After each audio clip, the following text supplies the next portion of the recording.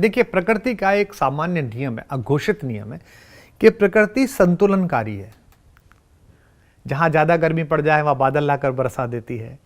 प्रकृति संतुलन बनाती है। माँ है, माँ संतुलन बनाती है। माँओं के काम क्या है? घर में संतुलन बनाना। दो बच्चों के बीच झगड़ा है तो उनको समझाना, संतुलन बना देना। तो प्रकृति संतुलनकारी है। तो भगवान का जो उद्घोष है और विश्व भर में भगवत्ता की अवधारणा जो है, चाहे वो किसी भी धर्म में, मैं सभी धर्मों के प्रति आदर के साथ कहता हूं, वो ये कहते हैं कि जब बहुत अधिक अनाचार बढ़ जाए, जब धर्म की बहुत ग्लानि हो जाए, बाढ़ई असुर अधम अभिमानी, जब वो बढ़ जाए, गोस्वामी जी कहते हैं। और वही बात हमारा बाकी शेष धर्मशास्त्र कहता है, यदा यदा ही धर्मस्य ग्लानिर्भवति भारत, अभ्युत्थानम धर्मस्य।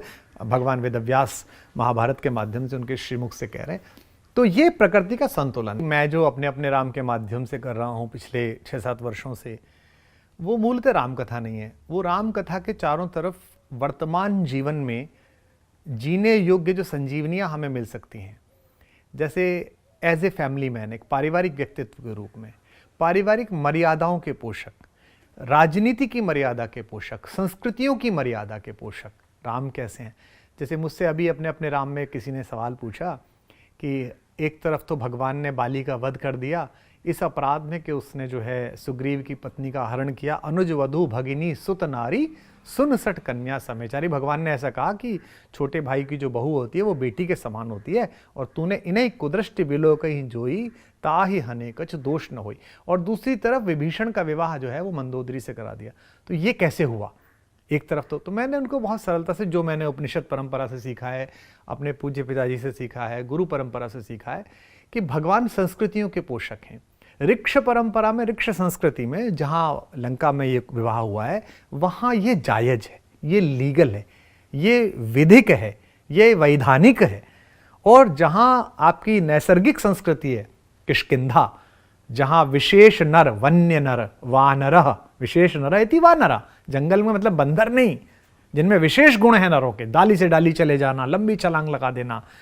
तो वो जो लोग हैं, या बड़ी बड़ी रोमावलियाँ जिनकी हैं, उन लोगों में ये नैतिक नहीं है। तो भगवान संस्कृतियों के रक्षक है। तो मैं क्या करता हूँ, उसके माध्यम से stress management, life management, family management, आपका बिजनेस मैनेजमेंट, और आज के जो ज्वलंत प्रश्न हैं, जैसे एक ज्वलंत प्रश्न है कि हम आतंकवादियों के साथ कैसे डील करें।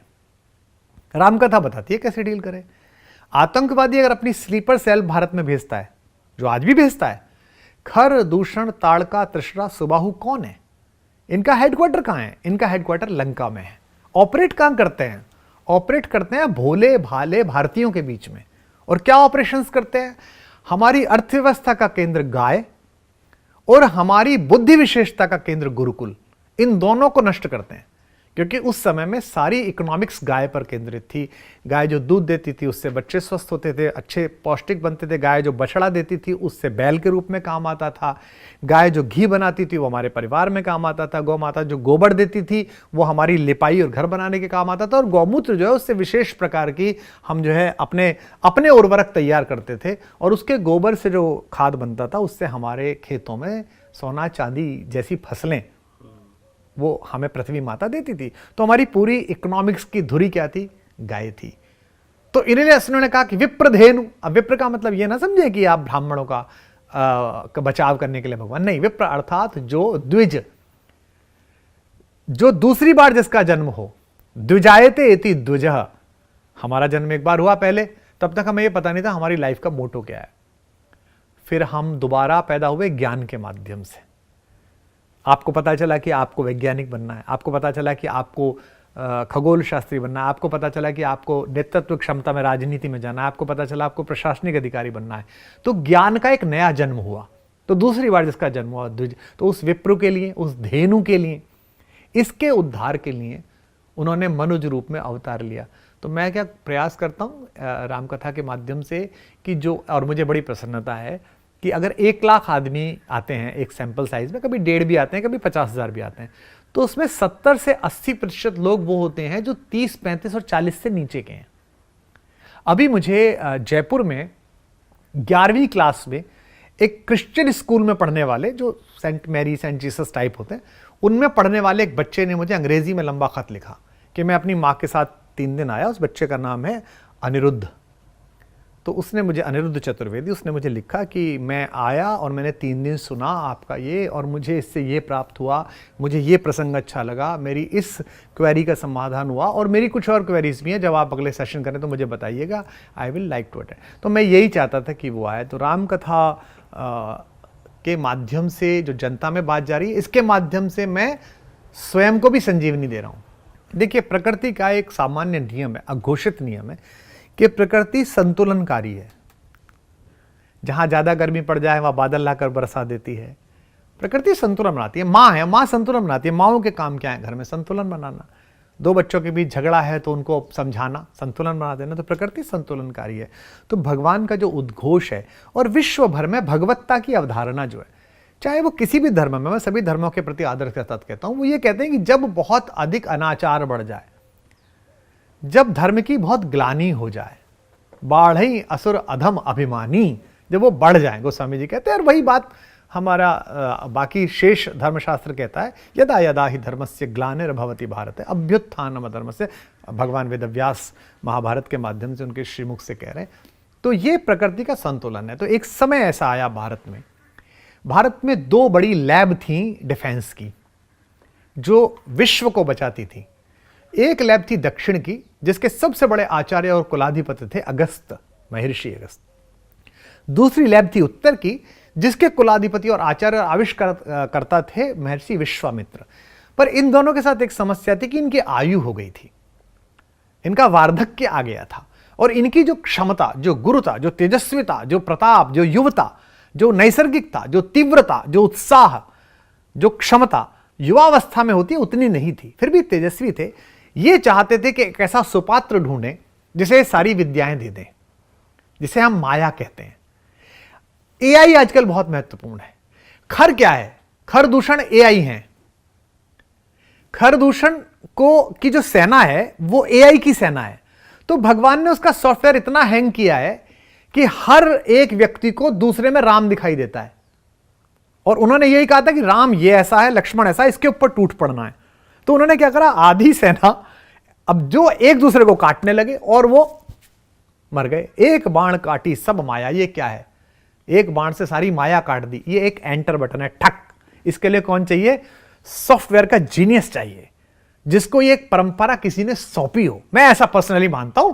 हो सकता है मेरी अपनी कथा की व्याख्या है, भगवान की इतनी कृपा राम कथा की है कि राम कथा सबको अपनी व्याख्या करने का अवसर देती है। इसके लिए मुझे किसी धर्मगुरु, किसी पंडे, किसी एक बड़े वैचारिक कब्जे वाले किसी आदमी का कोई सर्टिफिकेट नहीं चाहिए।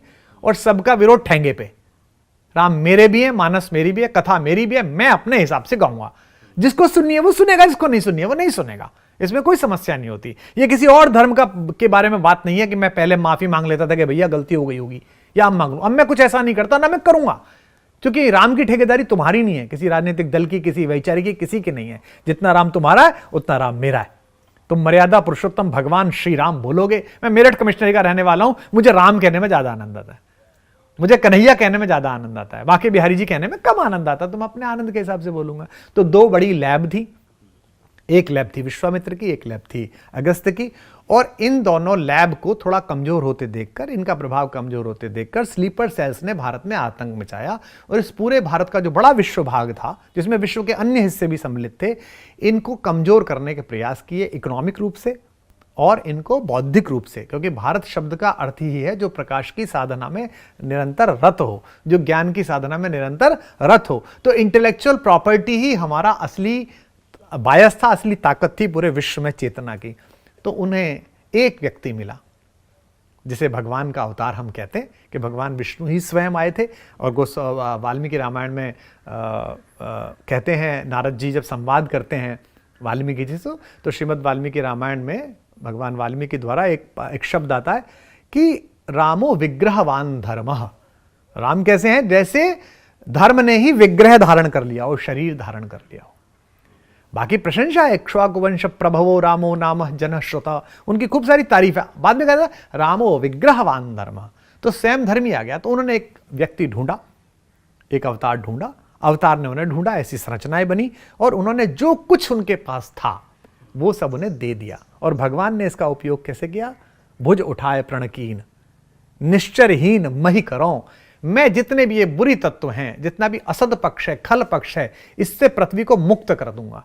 ये भगवान ने संकल्प किया और उसको पूरा करा। तो राम का जन्म जो है, पिछले जन्म में उन्होंने कौशल्या जी से और दशरथ जी से ये वादा किया, कौशल्या से वादा किया कि माँ मैं तेरे यहाँ पैदा होऊंगा।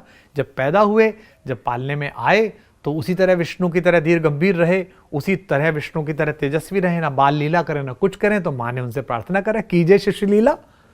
जब भय प्रकट करा, कृपाला में पंक्ति आती ना, कीजिए शिशु लीला। तो भगवान ने उसी तरह रोदन ठाना, भगवान ने स्वयं सोचा कि मैं रोता हूं, और उसी प्रकार फिर घुटने चलते हुए भगवान जो है दशरथ के अजिर में, आंगन में विहार करते हुए हमको दिखाई दिए। तो राम का जो आगमन है वो पृथ्वी को त्रास से मुक्त कराने के लिए, और राम की कथा शापों की उन्मुक्त मोचिनी कथा है, शापों का मोचन करती है। ये शापों की कथा है, स्वयं भगवान को शाप है। नारद ने कहा कि तुम जो कि जाओ और तुम भोगो कष्ट, है ना, भगवान ने भोगा। स्वयं दशरथ को शाप है कि उन्होंने पानी भरते हुए श्रवण कुमार को मृग समझा, और अंतिम समय पे श्रवण कुमार के माता पिता ने कहा कि जिस तरह से पुत्र वियोग में हम प्राण त्याग रहे हैं, तुम प्राण त्यागोगे। तपस्या करते हुए वैष्णवी पर कुदृष्टि डालना और उनके बाल खींचने वाले रावण को स्वर्ग में जाती हुई वैष्णवी ने कहा कि अगले जन्म में तू जब कामांध होगा तो वही स्त्री तेरी मृत्यु का कारण बनेगी। और कुछ लोग कहते हैं कि रावण इतना अच्छा था कि उसने माता को छुआ नहीं।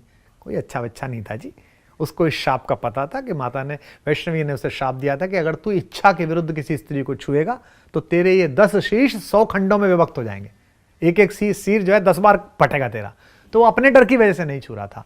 तो ये सारे शापों की मुक्ति कथा है, हर एक को एक एक शाप मिला हुआ है और वो उससे मुक्त हो रहा है। तो यदि वो कथा, भगवान राम का जन्म इतने सारे लोगों को शाप से मुक्त कर सकता है, तो मैं और आप तो छोटे से मनुष्य, हमें भी मुक्त कर सकता है। ऐसे मैं राम के जन्म को लेता हूँ। राम जो है वो परब्रह्म है, तो उनको अलग अलग तरीके से सैकड़ों बार परम पूज्य श्री गुरु ग्रंथ साहब में राम शब्द आता है। बाबा नानक की वाणी में, वचन में बहुत बार राम शब्द आता है। लेकिन वहां का जो राम है वो अजूनी परमात्मा है। वहां का जो राम है वो एक परब्रह्म निर्गुण परमात्मा है। ऐसे ही कबीर कहते हैं, उसी बनारस में रहते हुए जहां बाबा तुलसी मानस की रचना भयदायिनी घाट पर कर रहे हैं, भदैनी पर, वहीं लहरतारा के किनारे मोक्ष पाया हुआ एक युवक वो कह रहा है कि एक राम राजा का बेटा, एक राम अंतर में बैठा। एक राम तो वो है जो अयोध्या के राजा का है। तो राम शब्द गया, रमेती इति रामः, जो रमण करता है आपके अंदर, वो पल पल जो रमण करता है प्रतिध्वनि में, वो राम है। तो अयोध्या और राम एक दूसरे से जुड़े हुए हैं।